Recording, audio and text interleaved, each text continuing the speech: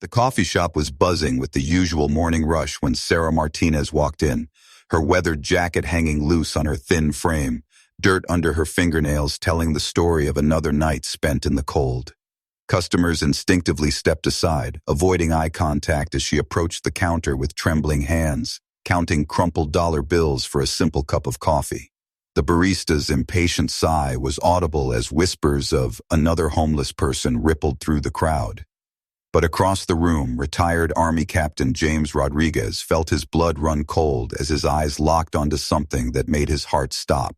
A small, tarnished piece of metal pinned to her jacket. The Navy SEAL Trident, the most elite military insignia in the world, worn by fewer than 3,000 people in history. This woman everyone was dismissing, this nobody they were all ignoring. She was one of America's most elite warriors, and her story was about to change everything these strangers thought they knew about heroes walking among us. The coffee shop was buzzing with the usual morning rush when Sarah Martinez walked in, her weathered jacket hanging loose on her thin frame, dirt under her fingernails telling the story of another night spent in the cold.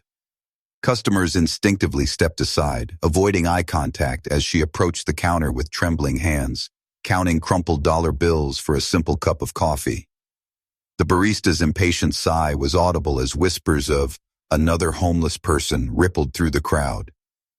But across the room, retired Army Captain James Rodriguez felt his blood run cold as his eyes locked onto something that made his heart stop.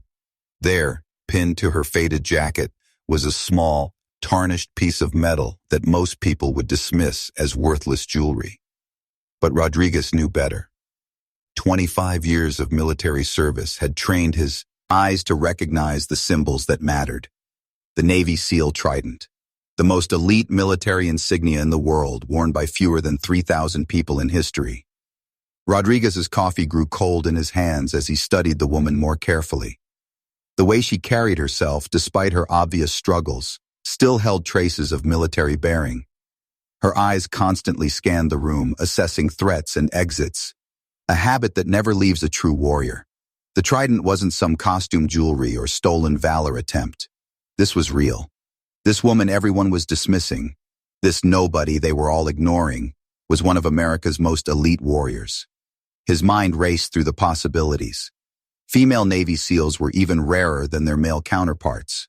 The first woman hadn't even completed SEAL training until recent years, making this encounter almost impossible to believe. Yet there she stood, invisible to everyone around her, reduced to scrounging for coffee money while wearing the symbol of the most demanding military training on Earth. Rodriguez felt a familiar weight in his chest, the same feeling he'd experienced watching fellow veterans struggle with the transition back to civilian life, forgotten by the very society they'd sworn to protect. The barista's voice cut through Rodriguez's thoughts like a knife. "Ma'am, you're 50 cents short. I can't give you the coffee without full payment." Sarah's face flushed with embarrassment as she frantically searched her pockets, knowing they were empty. The line behind her grew restless. Phones came out to record what some saw as entertainment, and cruel whispers filled the air. "Just give her the coffee," Rodriguez called out, standing abruptly. His voice carried the unmistakable authority of someone accustomed to command. "I'll cover it and get her a breakfast sandwich, too." The crowd turned to stare at him, some with approval, others with the disdain reserved for those who encourage the homeless. Sarah's eyes met his across the crowded shop, and Rodriguez saw something flicker in them. Recognition, not of him personally, but of someone who understood, someone who'd seen the same darkness she had. She nodded slightly, a gesture so subtle that only another veteran would catch it. As Rodriguez approached with her order, he noticed other details that confirmed his suspicions. The way she positioned herself with her back to the wall, the methodical scan of every person who entered, the slight favoring of her left leg that suggested old combat injuries. These weren't the mannerisms of someone who'd simply fallen on hard times.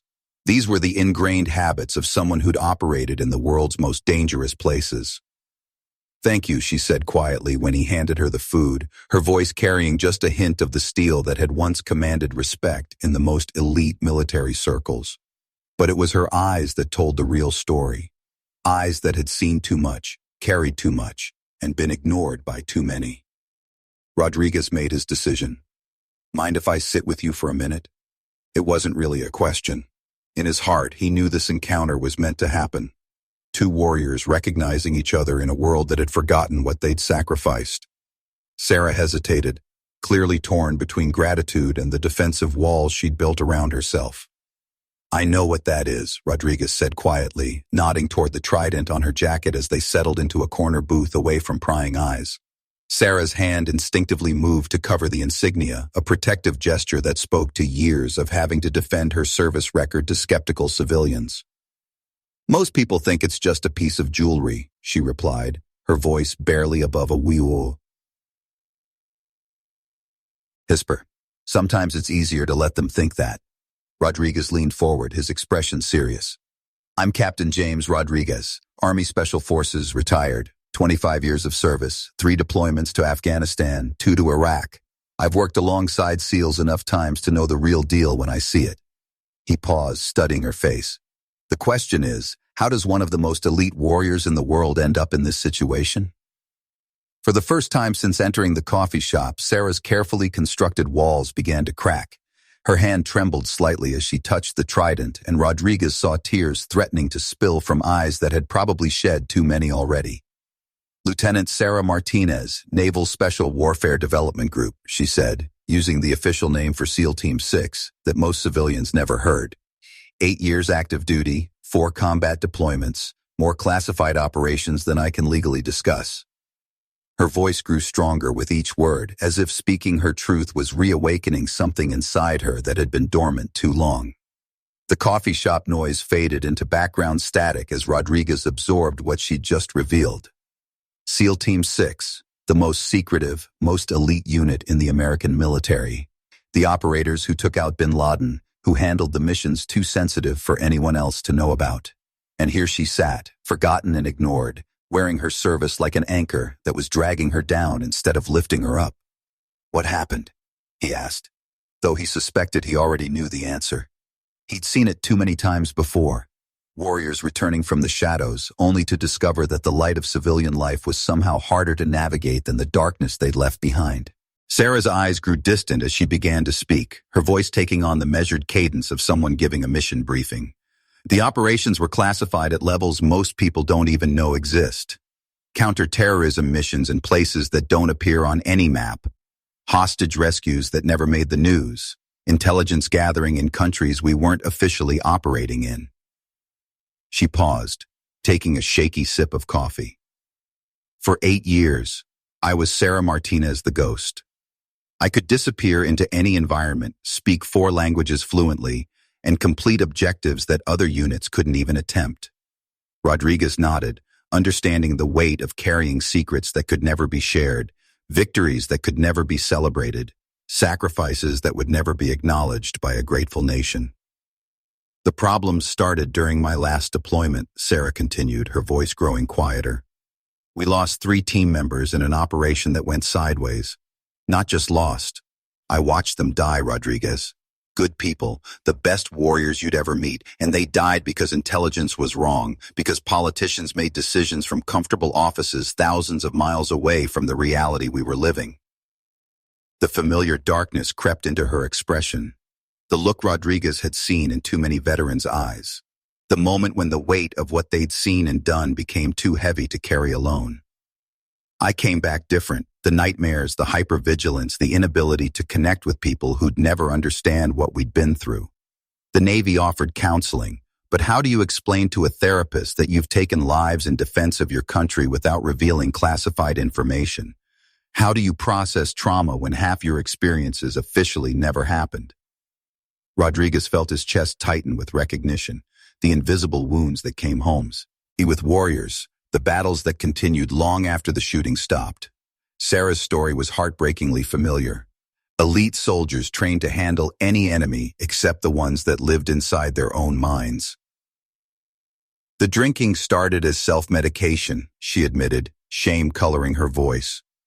Then came the job struggles, the relationships that fell apart, the slow slide from decorated warrior to social outcast.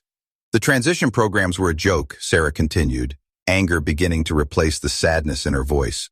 They hand you a certificate, a firm handshake, and expect you to figure out how to be civilian in a world that doesn't understand what you've given up.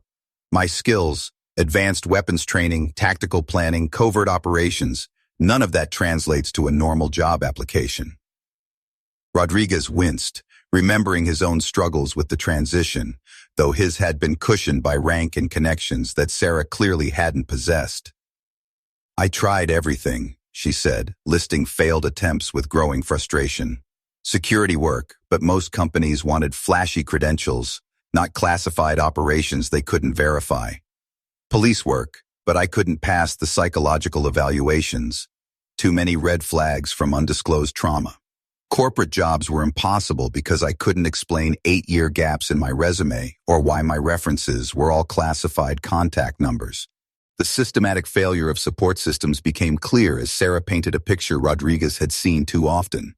Elite warriors trained to handle impossible missions, then abandoned when they needed help navigating the equally impossible mission of civilian reintegration.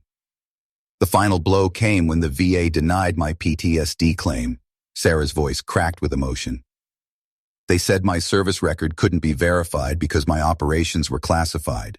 The very secrecy that made me valuable as a SEAL became the reason I couldn't get help as a veteran. I was told to provide documentation that I legally couldn't possess, to prove experiences I was oath-bound never to discuss. Rodriguez felt rage building in his chest, not at Sarah, but at a system that could discard someone who'd given everything for her country. How long have you been on the streets? 18 months, she replied, the number falling between them like a bomb. 18 months of being invisible, of having people look through me like I don't exist. The same people I once risked my life to protect now cross the street to avoid me. The irony isn't lost on me. I spent years being invisible as part of my job, and now I'm invisible because society has discarded me. Rodriguez sat in stunned silence, processing the magnitude of what he'd just heard. Here was a woman who'd likely prevented terrorist attacks, saved countless lives, and completed missions that kept America safe while its citizens slept peacefully in their beds. And the same country she'd served with distinction had allowed her to fall through every crack in the system until she'd landed on the streets. This ends today, Rodriguez said with the conviction of someone making a command decision. I don't care how many phone calls I have to make, how many favors I have to call in, or how many bureaucrats I have to corner in their offices. You're not spending another night on the streets. Sarah looked up, hope and skepticism warring in her expression. Rodriguez, I appreciate what you're trying to do, but I've heard promises before. The system doesn't work for people like us. Then we'll work around the system, he replied firmly. I know people, Sarah, fellow veterans who've built businesses, who understand what real service looks like. I know congressmen who owe their lives to special operations soldiers, VA officials who remember what their oath to serve veterans actually means. He pulled out his phone, already scrolling through contacts. More importantly, I know what you're capable of, even if this damn country has forgotten. Rodriguez stood up, his military bearing fully activated. You're not just another homeless veteran, Sarah. You're Lieutenant Sarah Martinez, SEAL Team 6 operator, and it's time the world remembered what that means. He extended his hand to her. Will you let me help you reclaim your life? For the first time in 18 months, Sarah Martinez stood up straight, her shoulders squared with remembered pride. The warrior that had been buried under layers of pain and abandonment began to emerge. She took his hand, and in that simple gesture, two veterans forged an alliance that would change everything. Hooyah, Captain, she said, using the SEAL battle cry that had once struck fear into America's enemies. Let's get to work. Sarah Martinez's story didn't end in that coffee shop. It began there. Within 6 months, through Rodriguez's network and Sarah's rediscovered determination, she found employment with a private security firm that valued her unique skills. More importantly, she became an advocate for forgotten veterans, ensuring that others wouldn't fall through the cracks that nearly swallowed her whole. But Sarah's story represents thousands of veterans walking among us right now. Invisible heroes whose service goes unrecognized because their battles were fought in shadows. The homeless veteran you pass on the street corner might be someone who saved lives in Afghanistan. The struggling woman in line at the grocery store might be a Purple Heart recipient. The quiet man fixing your car might have prevented a terrorist attack that you'll never know about. These heroes don't wear their service on their sleeves. They carry it in their hearts, along with wounds that don't always show. They've earned our recognition, our respect, and our support not through their struggles, but through their sacrifice. If this story moved you, if it opened your eyes to the heroes walking invisible among us, then honor them by subscribing to hear more stories of courage, service, and the unbreakable spirit of those who've served our nation. Because every veteran's story deserves to be told, every sacrifice deserves to be remembered, and every hero deserves to be seen. Hit that subscribe button to join a community that honors our veterans not just on holidays, but every single day. Because their service never ends, and neither should our gratitude.